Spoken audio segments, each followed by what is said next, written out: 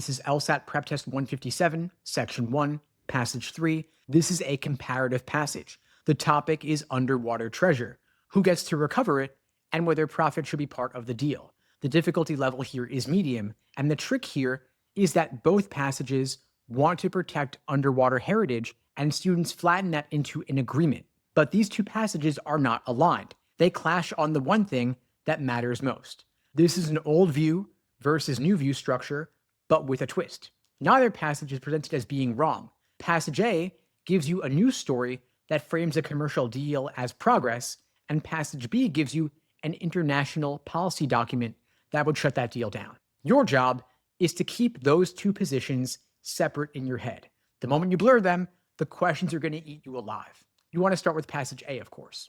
It tells you a private company found what is probably the HMS Sussex. They cut a deal with the British government to raise the ship and split the proceeds. The article loves this deal. You could tell that because of the phrase legal breakthrough.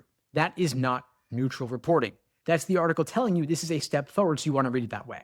Then the next chunk explains why the deal matters. Governments own these wrecks, but cannot afford to recover them. Private companies, though, have the tech and they've got the cash, and so this partnership fills a gap. The article says it could end the days of freelance treasure hunting, and that is another positive spin. Freelance treasure hunting sounds bad, ending it sounds good. The article is building a case. Now you want to slow down at the end of Passage A because that's where the critics show up. Archaeologists hate the selling of recovered artifacts. They say it blocks research and public display. But the article doesn't let that concern sit. It fires back immediately. The agreement separates cultural items from coins. Cultural stuff stays protected. Coins get sold to fund the project. And so Passage A is saying the deal already solved the problems the critics are worried about. You've got to catch that move. The criticism is raised and then answered in the same breath. Now you've got Passage B with a completely different tone. This is a legal document, not a story. No characters, no narrative, just rules, and those rules are hard lines, not suggestions. The very first principle tells you everything. Preservation on the original site should be the first option, not recovery or excavation. They want you to leave it alone unless you have a really good reason for moving it. And that's already a very different starting point from Passage A. But Rule 2 is the one you've got to underline in your brain. It says commercial exploitation for trade or sale or barter or speculation is fundamentally incompatible with protecting underwater cultural heritage. You want to stop on those words. Fundamentally incompatible. That's not saying we'd prefer you didn't. That's like saying this cannot coexist with what we are doing. Under this rule, the entire Sussex deal is dead on arrival. The coin sales, the profit split, all of it. So here is how these passages connect. Both of them care about protecting underwater heritage, and that is real. But Passage A treats commercial involvement as the solution, and Passage B treats it as the problem. That is not a disagreement about details. It's a disagreement about the entire model. And here is what most students miss about this passage set.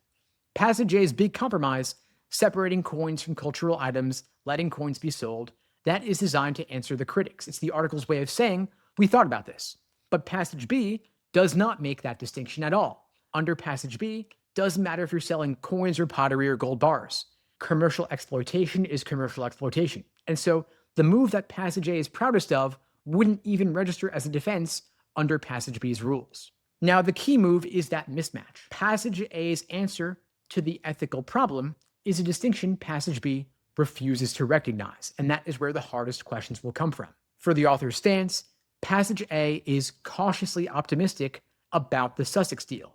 Passage B is categorically opposed to the commercial model the deal runs on. The main trap is reading both passages as pro-protection and missing that they define protection in opposite ways.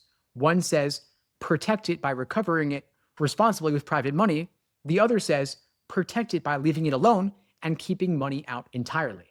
And that difference will show up on every relationship question. Now, before you go to the questions, you want to check yourself on three things. First, can you explain why Passage A calls the agreement a legal breakthrough and not just a business deal?